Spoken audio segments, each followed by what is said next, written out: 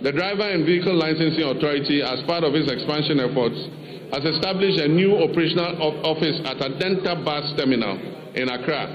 If you need any service in the night from DVLA, go to Adenta. There's an office open there day and night.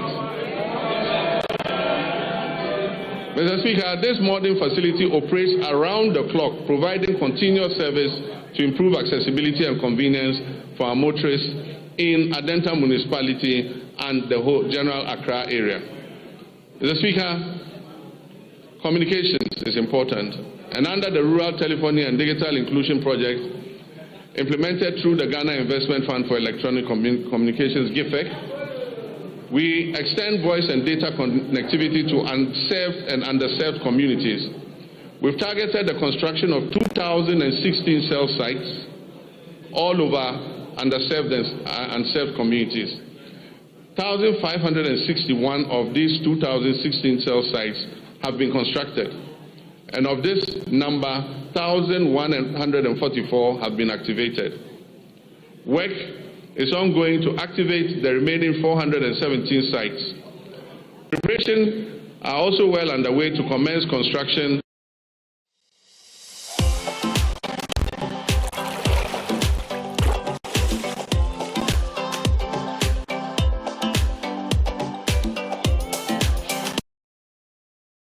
have been uploaded to the Ghana Knowledge and Skills Bank, enabling seamless access across multiple devices, from PCs to laptops to tablets and smartphones, for more than 600,000 users, including teachers, students, and researchers. Mr. Speaker, as part of the government's research agenda to ensure Ghanaian youth acquire essential digital skills for the modern global economy, I launched the 1 Million Coders program in March 2025. This initiative aimed to train 1 million Ghanaians in key digital areas, including data analytics, data protection, cybersecurity, the metaverse, and artificial intelligence over 4 years. Phase 1 of the program, that is the pilot phase, saw hundreds of trainees complete their training programs in person across 4 training centers that were established in Accra, Kumasi, Sunyani, and Bolgatanga. Mr. Speaker, Phase 2, which will include virtual sessions, is set to commence this year, with expanded training centers and an increased number of beneficiaries. We project that 400,000 young Ghanaians will be trained this year, and this will build up to the numbers approaching 1 million. Mr. Speaker, the fight against corruption has remained a defining priority of my government and represents a central pillar of our commitment to good governance and accountability and the prudent management of public resources. Mr. Speaker, we've made progress through strengthened collaboration among law enforcement agencies, financial intelligence institutions, and prosecutors. These efforts have led to initiation of criminal proceedings and asset forfeiture proceedings against some individuals and entities implicated in financial crimes against the state. But yes, I agree with the sentiments of Ghanaians that we must press harder on this accelerator. As of December 2025, EOCO has recovered more than 600 million Ghana cedis. The office has investigated 462 cases, with 15 currently under prosecution. It has dismantled transnational carjacking syndicates and has recovered 29 luxury vehicles that were stolen. Mr. Speaker, the government remains resolute that corruption will not be tolerated, regardless of status or political affiliation. The Attorney General's office will continue to use both criminal prosecution and non-conviction-based assets recovery mechanisms to ensure that stolen public resources are returned for national development. Mr. Speaker, I understand that a large majority of Ghanaians are impatient to see those who abuse their public trust in office held to account. Mr. Speaker, there were periods when, under military regimes and unconstitutional governments, extrajudicial means could be used to to exact retribution against persons perceived as corrupt or who had abused the mandate given to them by the people. Mr. Speaker, this may have appeared as swift justice, but many regrettable excesses were recorded. In 1992, we overwhelmingly adopted the 1992 Constitution to accept governance by the rule of law. On 7 January, when I swore the oath of office before the people of Ghana, I swore to uphold the 1992 Constitution. I may be as impatient as everyone else to see justice done, but painstaking investigations must be conducted, dockets must be prepared, charges must be filed, and the accused must have their day in court, including appealing, even on the smallest point of law, to higher courts. This process is necessary to protect us all against abuse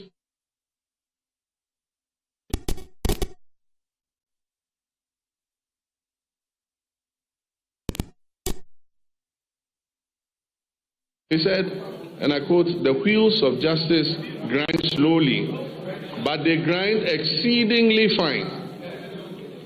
Mr. Speaker, let me reassert my determination to uphold the accountability of public office holders to the people of Ghana. We have laid the Public Officers Code of Conduct Bill before Parliament. This bill codifies the conduct of public officers and makes breaches thereof punishable. I wish at this juncture to thank His Lordship, the Chief Justice, for establishing additional specialized high courts to address breaches identified in the Auditor General's report. Mr. Speaker, the Constitution review process was conducted in a transparent and consultative manner, drawing on input from constitutional experts, civil society organizations, traditional authorities, religious leaders, political parties, and the general public. The review committee has submitted its comprehensive report containing detailed proposals to amend the Constitution to address identified weaknesses and make it more welfare enhancing. Mr. Speaker, the Attorney General's office is working closely with relevant stakeholders to translate the recommendations into implementable legal and constitutional proposals, which will be presented to this August House in accordance with constitutional procedures.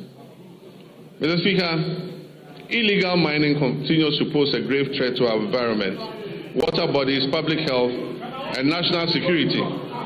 Mr. Speaker, prosecution of persons engaged in illegal mining has been intensified, with a renewed focus on dismantling organized criminal networks behind galamsey operations, rather than targeting only the little fish, low-level offenders.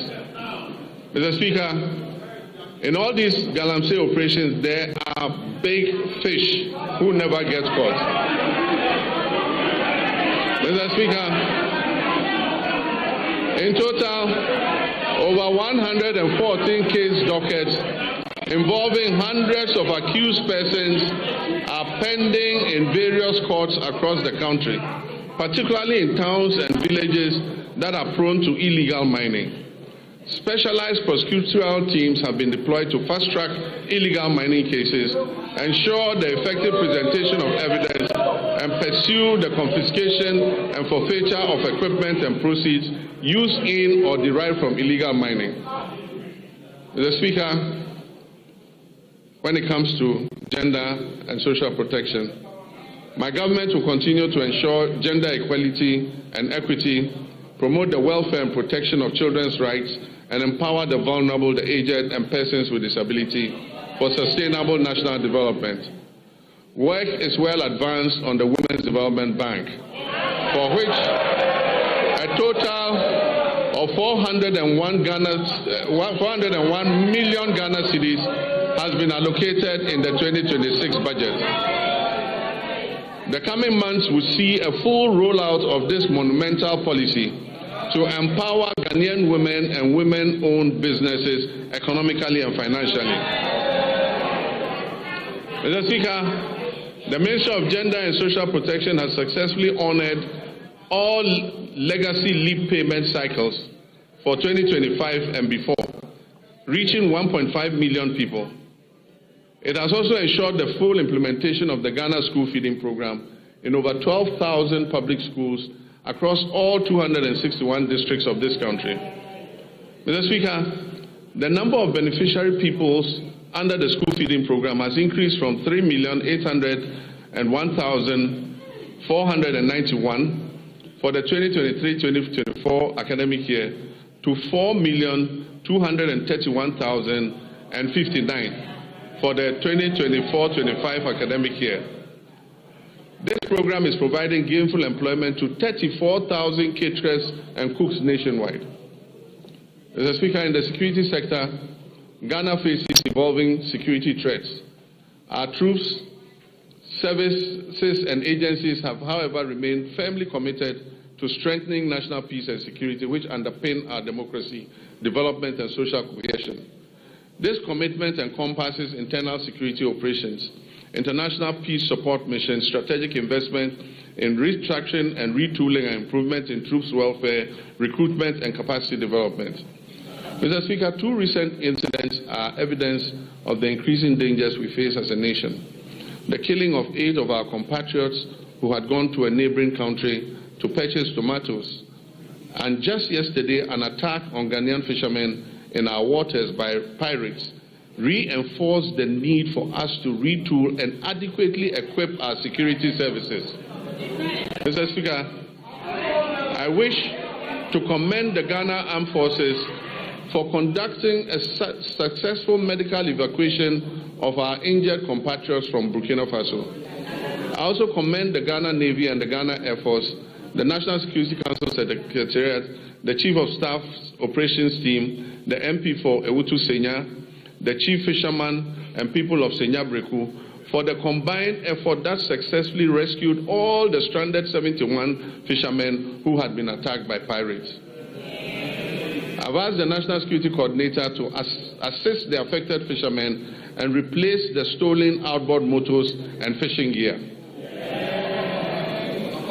Mr. Speaker, the Armed Forces continues to play a key role in containing illegal small-scale mining through the deployment of river guards and support for the National Anti-Illegal Mining Operations Secretariat and assistance to special courts for swift prosecution of offenders.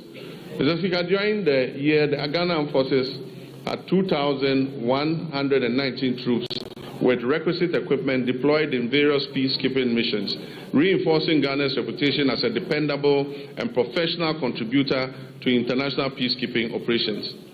While Ghana continues to maintain an enviable reputation in international peacekeeping, we must note that many of these peacekeeping theaters where we have operated are winding down due to reduced budgets for UN peace support operations. And so as our troops return home, we must create opportunities for them to train, to remain active and stay engaged.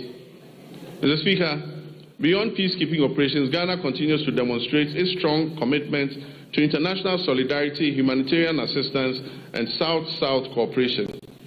In December 2025, the Ministry of Foreign Affairs, in conjunction with the Ministry of Defense, deployed 54 personnel from our 14 Engineers Brigade to Jamaica to support that country with national reconstruction efforts following the devastation that was caused by Hurricane Melissa, which claimed over 40 lives. In recognition of the scale of the recovery efforts and the good work our soldiers were doing in reconstructing the houses in Jamaica, government approved a request from the government of Jamaica asking us to extend the mandates of our soldiers there for another 90 days, which we approved. Mr. Speaker, to further improve operational readiness, the government will continue to invest in vital defense infrastructure and retooling. The construction of a forward operating base at Ezen-Libo, situated along the Western Maritime Corridor, is ongoing. This facility aims to boost maritime surveillance and better protect offshore oil and gas installations. The Northern Border Security Project, initiated to counter terrorism and transnational crime, is advancing decisively. This project constitutes the first line of defense against any infiltration and extremist threats coming from the Sahel, and it would significantly strengthen the surveillance of our northern border. Plans are well advanced to establish 2 new military barracks in Ejumako in the central region and in Dambai in the Oti region to address emerging security concerns and strengthen the presence of the state in these areas. To further support retooling efforts, agreements have been signed to procure and deliver 4 brand new Eurocopter helicopters and 1 jet for the Ghana Air Force, aimed at replacing the aging fleet and modernizing our air capabilities. The Ghana Armed Forces is carrying out a thorough overhaul of previously grounded aircraft, which involves replacing essential components and bringing them back into service. This aims to quickly restore their operational readiness and maximize our fleet availability. Mr. Speaker, I'm pleased to announce that I have further commissioned 50 new vehicles for the Ghana Armed Forces to enhance mobility and boost troop morale. It forms part of a broader program to retool the military and improve logistics across the services. Plans are underway to acquire 2 brand new offshore patrol vessels, armored personnel carriers, protective gear, ammunition, vehicles, and strategic drones and advanced communication systems to enhance the operational capability of the Army, Navy, and Air Force. We will also continue to prioritize human capital development within the armed forces. A progressive recruitment drive to increase the strength of the Ghana Armed Forces by 12,000 personnel over 4 years to support expansion and operational demands is ongoing. In line with the government's reset agenda, the recruitment process has been decentralized to regional capitals, with selected recruits reporting directly from their regions to training schools, marking a significant shift from the previous Accra-centered system. Mr. Speaker, on a very solemn note, I wish to express my condolences to the families of 6 of our young daughters who died during the stampede at the Elwak Stadium. May their memory be blessed and may they rest in perfect peace. Mr. Speaker, following the revised gratuity regime that was introduced in 2020 under the stewardship of Honorable Nichiu, extending service by 5 years, under Constitutional Instrument 129, arrears have accumulated. Nichiu is my friend, don't worry. Arrears have accumulated, Mr. Speaker, because no budgetary provision was made over the 4 years that followed.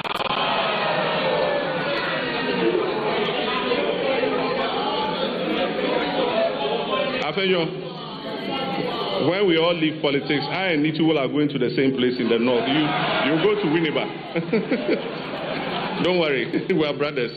Mr. Speaker, this has resulted in over 1 billion Ghana cedis owed to approximately 3,000 personnel across all the different ranks. As part of our commitment to fairness and the resolution of long-standing legacy issues, the government will soon commence payment of gratuity arrears under CI 129. Honorable Nichiu, we're solving the problem, so you won't worry about it again. Mr. Speaker, following engagements that we initiated by the current military high command with the Ministry of Finance and the Ministry of Defense, a structured implementation plan has been agreed upon. This will bring closure to the issue that has been outstanding since 2020, and it will ensure that affected personnel receive their rightful entitlements. Mr. Speaker, the Ghana Police Service has also received 40 armored vehicles and 100 pickup trucks to enhance their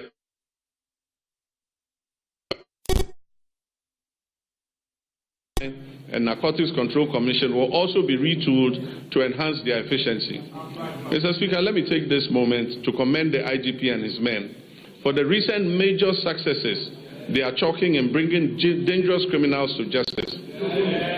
The trust of the Ghanaian people in their police service is rising again, and I urge you to keep up the standard.